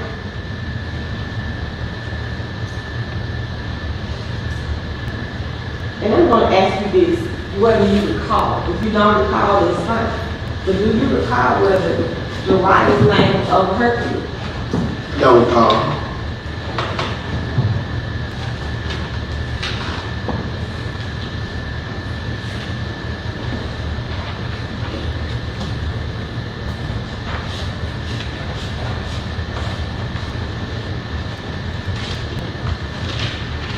And you also asked someone about your training. And you said, I believe that you had investigative training by the senior officer. And it went down? Did you say, or did you testify that you had investigative training by the senior officer? Yes. Who's that? Carpenter. And what about this Malota? What does that stand for? Mississippi Law Enforcement Officer Training Academy. And you had training there as well. Yes. So you were asked further about tools that you used in your investigation, correct? Yes. Now, are you a certified crime scene technician? No. Are you a certified crime scene investigator? No. Are you an uncertified crime scene investigator? I'm uncertified. I'm not a crime scene investigator. You're not a crime scene investigator? No. All right. So when some statement was made by CSI, you know, people that do forensics. Yes. Do you do forensics? No. You don't do forensics? No. Do you collect blood spat? If it's small, I will. What if it's not small? If it was large, the way he was trying to explain it, it was blood splatter in the room and everything, we would call FBI in. Well, why is that? Because they have an actual crime scene unit. People that are trained to do that? Yes. Objection to leading, Your Honor. All right. This thing don't need to move. Yes, Your Honor. All right, what about the fact that you were asked about some other tools? Do you know how to collect fingerprints? Yes. All right. Do you use a tool for that? Yes. All right, do you know how to, is there some type of magic light or anything like that you have? Or what would you use to determine what type of internal injury someone has? That's sort of pathology. That's not anything? That's nothing. Okay.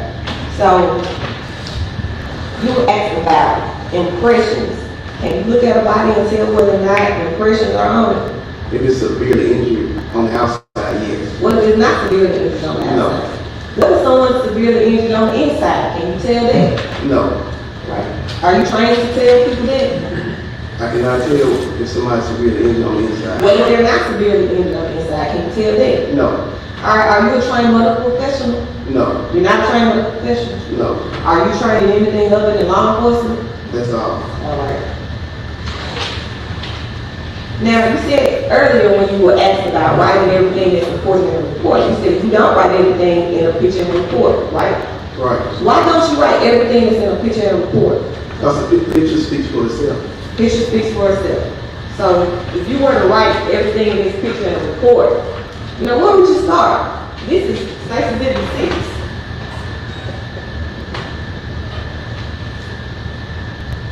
How much writing would you have to do to write everything that's in that picture? That would take a lot of writing. And how much testimony does it take for you to see what's in this picture? It's very, very simple. Because of what? Because the picture's speaking for The itself. picture is speaking for itself. Now, you were at the crime scene, although you're not a certified crime scene technician, correct? Correct. Did you observe any blood at the crime scene? No. Did you collect any fingerprints at the crime scene? No. Why did you collect fingerprints at the crime scene? Because they live in the house, their fingerprints gonna be everywhere. That makes sense, right? Yes. Alright, and were there any signs?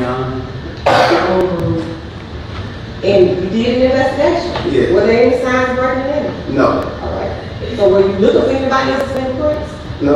Did you take a statement from Takia Bevily? Yes. Did you take a statement from Martha? Yes. Did either one of them indicate that they had been working? Both of them stated nobody broke in the house. So were any reason to look for fingerprints? No. And you did take a statement from Ms. Bevily, correct? Yes. Did she indicate that Jurayah was, beaten in blood? No. Yeah. Really just asking for maybe ask some questions. Just rephrase your question. Yes, Your Honor. So, you were asked about abrasions, lacerations, edema, hematoma, and recent contusions, correct? Yes. Are you a doctor? No. What about a nurse? No. Do you have any medical training? No. What's the medical definition for abrasion?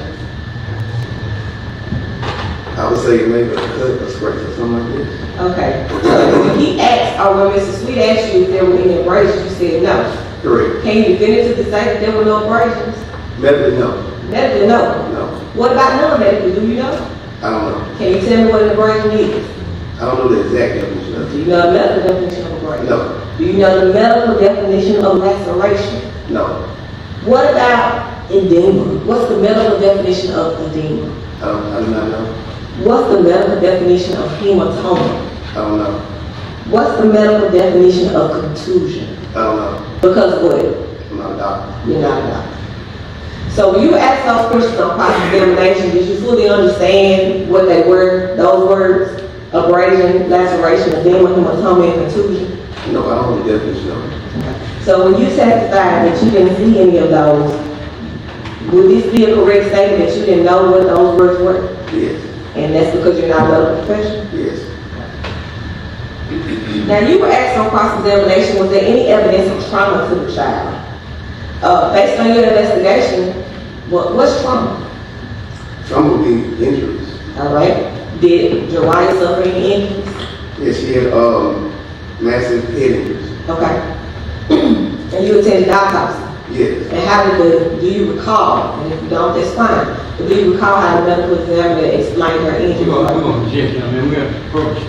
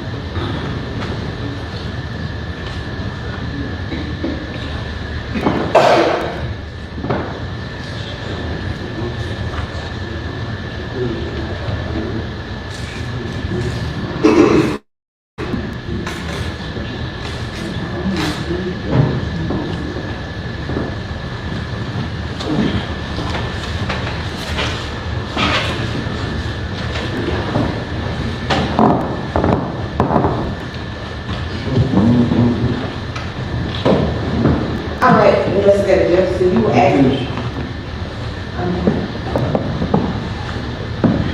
Investigator Jefferson, you were asked about, DNA. Yes. All right, now, was there need for any DNA to be taken in this case? No. Why not? They all live in the house together. There would be no foreign in that. And is the result of her injuries, did they have anything to do with DNA? No. I think you would also ask about shaking baby.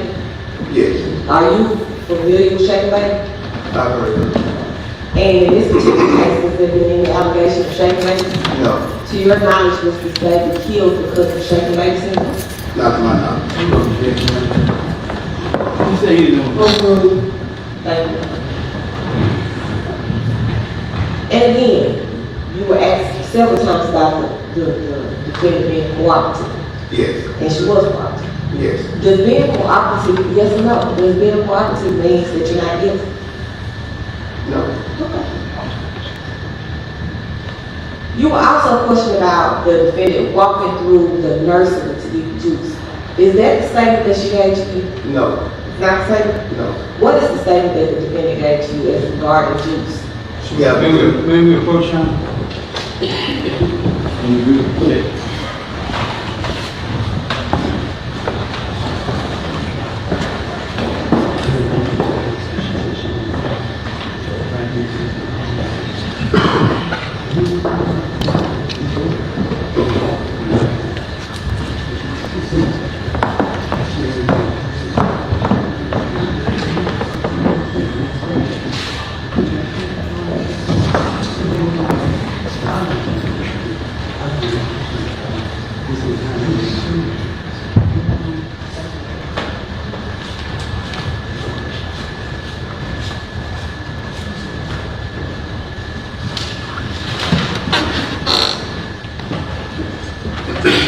Now, you were questioned about whether or not you had any evidence to support the charge for what was being done, correct? Yes. All right, and your response, correct me if I'm wrong, your response is that you had plenty of evidence. Yes. Now, you didn't get to get into that plenty of evidence, but for the sake of the jury, would you tell us what that plenty of evidence consists of? When I made the scene of the house, there was no sign of order entry. Nothing had been kicked in, no window broken, none of that nature. Mr. Jurayah Smith was laying her baby crib deceased. I took pictures of the scene, talked to the officer on the scene, came back to the office, interviewed Ms. Bevily and her husband. They both stated nobody had broken the house, none of that nature. I then proceeded to go to the crime lab. When I was called to the crime lab, was Dr. Navon, who was a pathologist. Tell me what everybody said. I went to the crime lab during the course of the investigation, and I discovered that the baby died of multiple blunt force trauma to the head. At that point, we went back and conducted interviews with everybody that had contact with the child for the last 24 to 48 hours, which were numerous witnesses, and everyone stated that Jurayah was fine. She was just a baby, being a baby. She was eating, she was playing, she was walking, she was happy, she was healthy. Then I think video evidence from the hospital that showed that Jurayah was walking, being passed around lap to lap, people carrying her, she was eating, just being a baby. Also, evidence that she left the hospital in the care of Takia Mortel. Takia own statement, she said that that baby was fine. There was nothing wrong with that baby. She was fine. She said that repeatedly during her interview. Okay, and we'll get to that. Now, you were also asked about any physical evidence, if there was no physical evidence. Correct. All right, is a body evidence? Yes. Okay, so this body that's on the screen and states Exhibit 6, is that evidence? Yes. So, if it is evidence, then it is physical in nature, or is it some other type of evidence? Physical nature. Who, if you know, would be the person or the expert who would determine what, if any evidence came from the body of Jurayah Smith? It would be the pathologist. That's the answer. This is redirect. She's going. Let me ask the question in case the jury didn't hear your answer. So I said who or what professional will be the one to determine what, if any evidence, came from the body of this deceased child, Jurayah Smith? Be the pathologist. That would be you, would it? No. So with all your training as an investigator, do you have any training as a medical examiner? Jefferson, leaving. No, Looking at this body of this child, can you tell me what her internal injuries are? no, So you were asked about there being no evidence of anything in the crib, and you were shown State's Exhibit 7, so let me get that.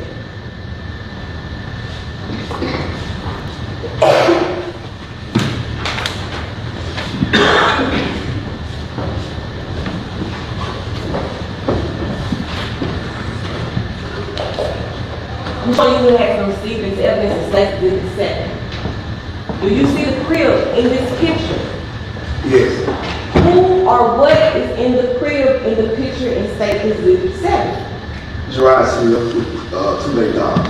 All right. Is there any evidence in this crib? The body, The body is evidence. yes,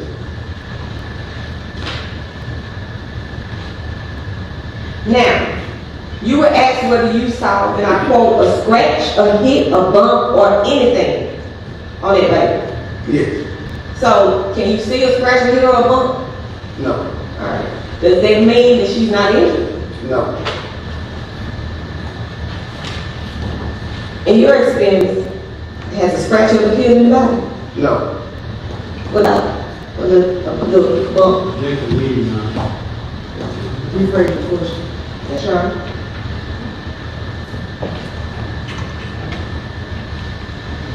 You also asked about nothing being on the crib, the walls, the floor of the bedroom.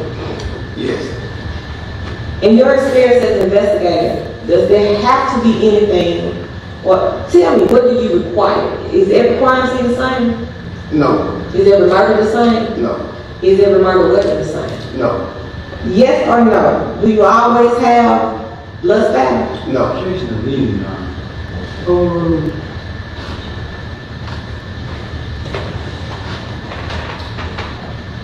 Now you were also, I would say asked a question, but you were told that a lot of people held their child. yes, Do you have children? yes, Who hold them? now. Nothing. Okay.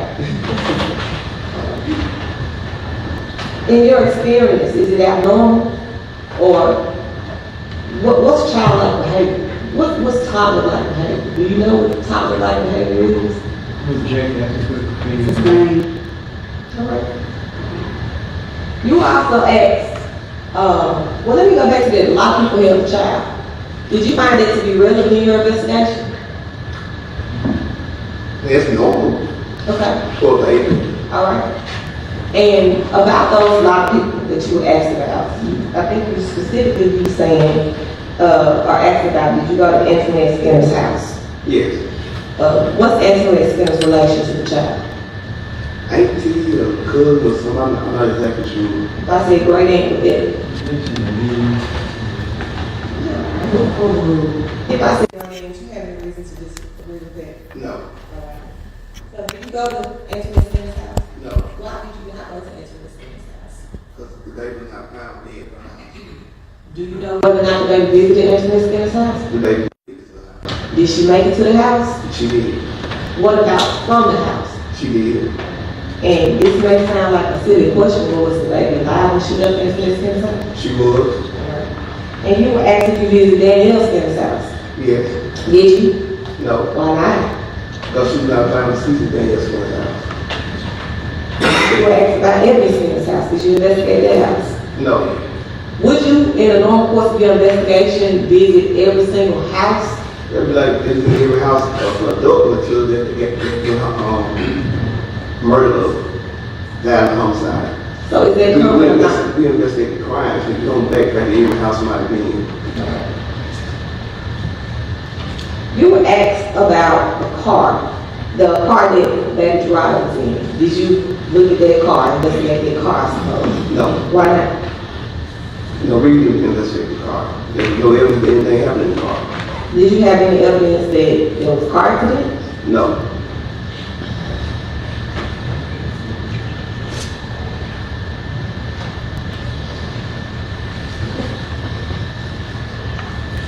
So you specifically asked a question about,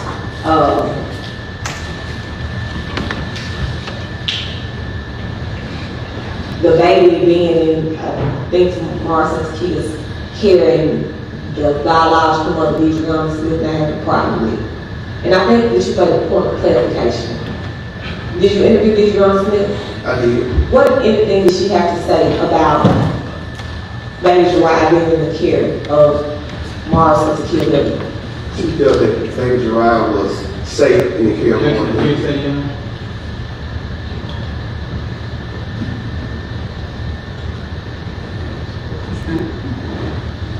Did you take an interview with Jurayah Smith throughout the course of your investigation? I did. Did she express any concerns with the care of Jurayah while in the care of her father and stepmother? Her statement was that she felt that the baby was safe in the care of Moore, as long as Moore was around. Okay.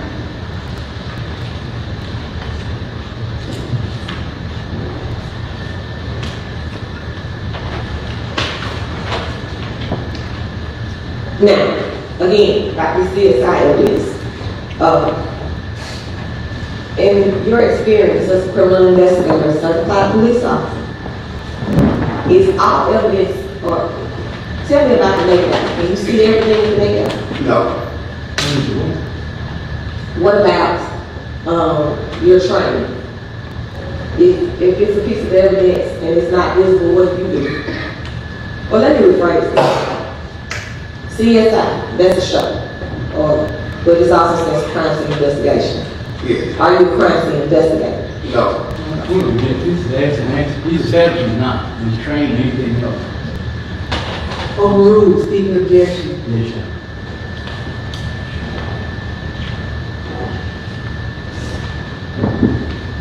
Now, you were asked about your training. I think you said you were trained by senior officer in Malota and all that. Is there any training during Malota and what's that again? I forget what it is. Mississippi Law Enforcement Training. Okay, Mississippi Law Enforcement Officer Training Camp. Do they tell you or do they teach anything about physical science? Of injuries. No. Well, let me rephrase it. Do they teach you anything about, what's the word I'm looking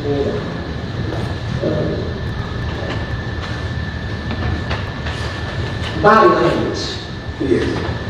You train on body language? Yes. What are you trying to observe?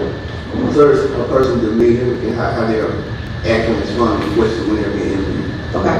And so when you were asked a question, or when you were questioned about your statement earlier that she showed no remorse, are you trying to look for remorse? Yes.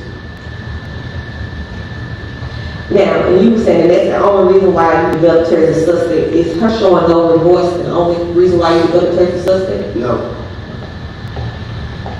Just one of the reasons. That's just one of the reasons.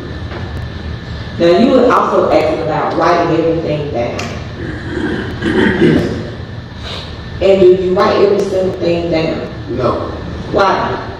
Because you have other things such as pictures, things of that nature, speak for themselves. Interviews, pictures, stuff like that. Video evidence. What's indulgence?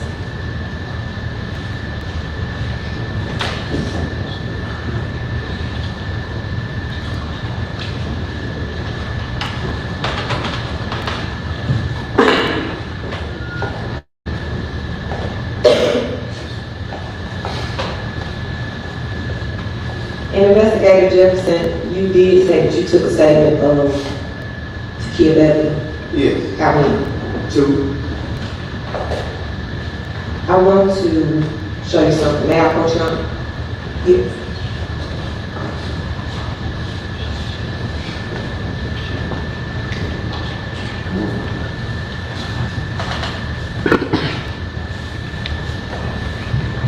Would you take a look at what I handed you? Can you tell me if you recognize it? It's Edward version of Takia Bevil's first statement. And, Your Honor, at this time, may you approach? Yes.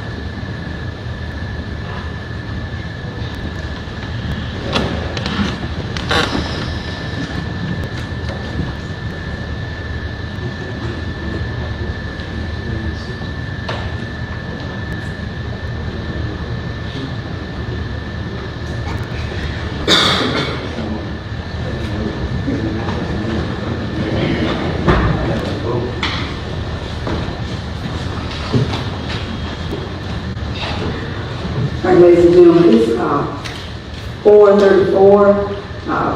This witness is not complete. I think this will be a great stopping point for today for you all. So I'm going to allow you to be dismissed. The instructions are the same. Do not talk to anybody about this case. Do not talk to the parties. Do not talk to the witnesses. You are not allowed to talk to anybody at all.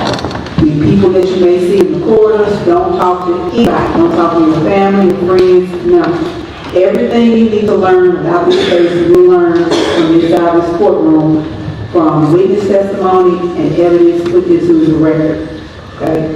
So, with those instructions, ladies, if you all will allow the jurors to go to the jury room and then to their vehicles and make sure they leave the campus completely. Everybody else remains seated.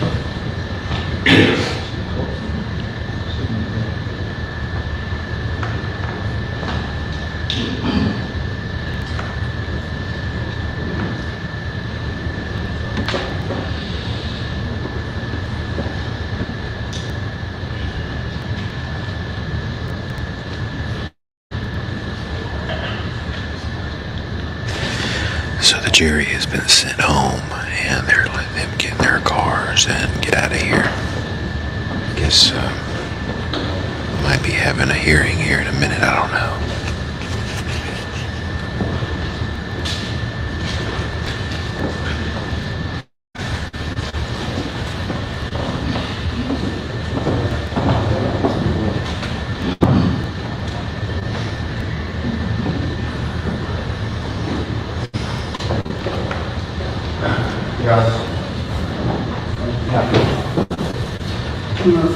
Yes, sure.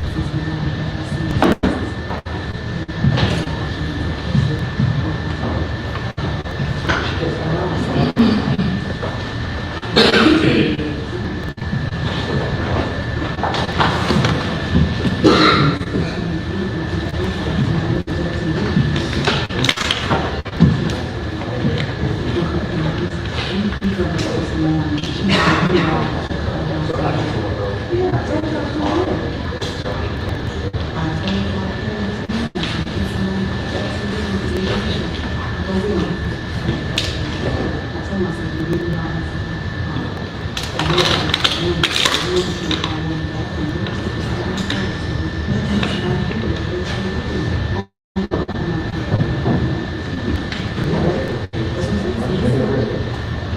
morning, I told Mr. Speaker, that should be the senior testified, the senior testified, the senior witness, the senior testified on the record.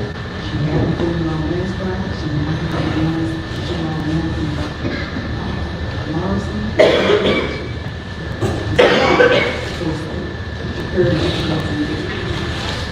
So as Commissioner 99, Mr. Beasley from the play on witnesses.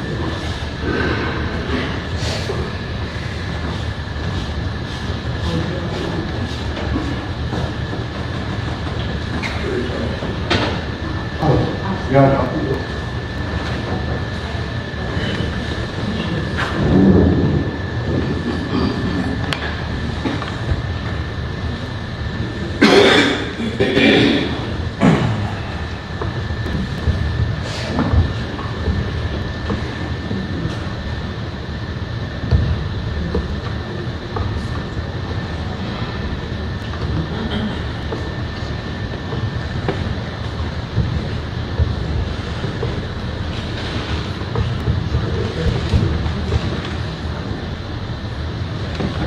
Yeah, if you should, leave a room on the current issue like that's what. Well, as far as this, the jury, I talked to them about the jury's fine. Everybody else is there with the jury.